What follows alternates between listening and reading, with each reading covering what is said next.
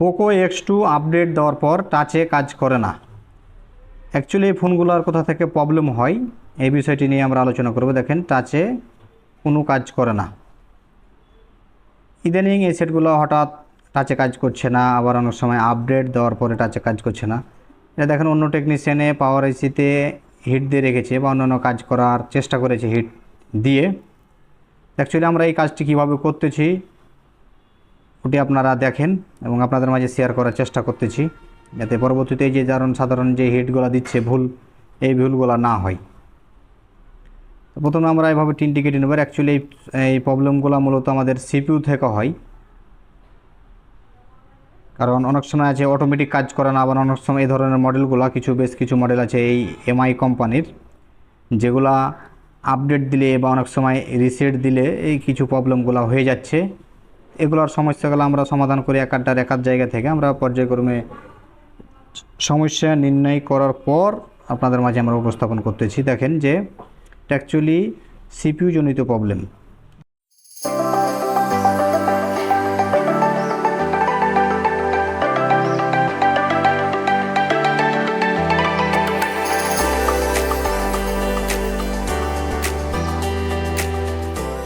আর এই সিপিইউটি আমরা রিভলভ করলেই ইনশাল্লাহ আমাদের কাজটি হয়ে যাবে।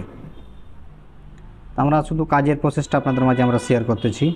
আর যে সমস্ত ভাইরা আমাদের এই ভিডিওটি দেখছেন অবশ্যই আপনারা শেয়ার করে দিবেন, যাতে অন্যান্য টেকনিশিয়ান ভাইরা এই ধরনের ভিডিওগুলো দেখে কিছুটা হলেও উপকৃত হতে পারে এবং তারা যাতে ভুল জায়গায় ভুল কাজটি না করে এবং অ্যাকুরেট থিওরি অনুযায়ী নিয়ম অনুযায়ী কাজগুলো করলে 100% কাজগুলো হবে। তো আমাদের এখন সিপিইউর চারদিকের আঠাগুলো ক্লিন করলাম, আর আমরা এখন এই সিপিইউটাকে উঠাবো এবং এই সমস্ত কাজগুলো করার জন্য ভালো মানের হট গান ব্যবহার করবেন, ভালো মানের আয়রন ব্যবহার করবেন এবং এটার নির্দিষ্ট তাপমাত্রার বিষয় আছে, এগুলো সমস্ত কিছু ফলো করবেন। একাদ সময় একাদ আইসির উপরে ডিপেন্ড করে কাজগুলো।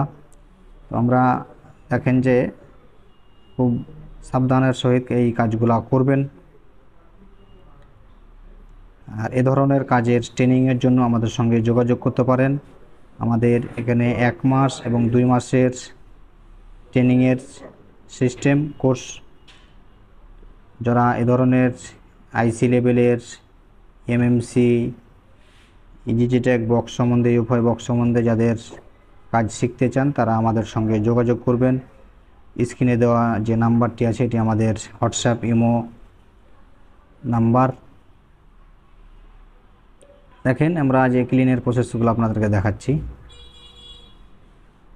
তো এইভাবেই অ্যাকচুয়ালি একটা স্টেপ বাই স্টেপ আপনারা কাজগুলো করবেন, দেখবেন যে ইনশাল্লাহ আপনাদের কাজগুলো সফলভাবে হবে।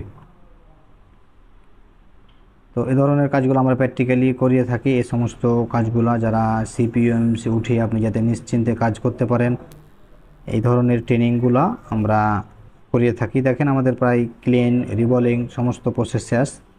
এখন আমরা আমাদের ফোনে এই সিপিইউটিকে ফিটিং করব।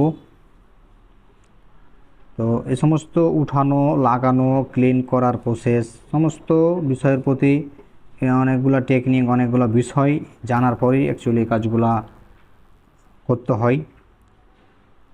তো এই ধরনের বিষয়গুলোই আমরা আমাদের স্টুডেন্টকে শিখিয়ে থাকি এবং তাদের হাত থেকে আমরা এই ধরনের কাজগুলো করিয়ে নিই, যাতে তারা ভবিষ্যতে নিজস্ব শপে গিয়ে এই ধরনের কাজগুলা নিশ্চিন্তে করতে পারে।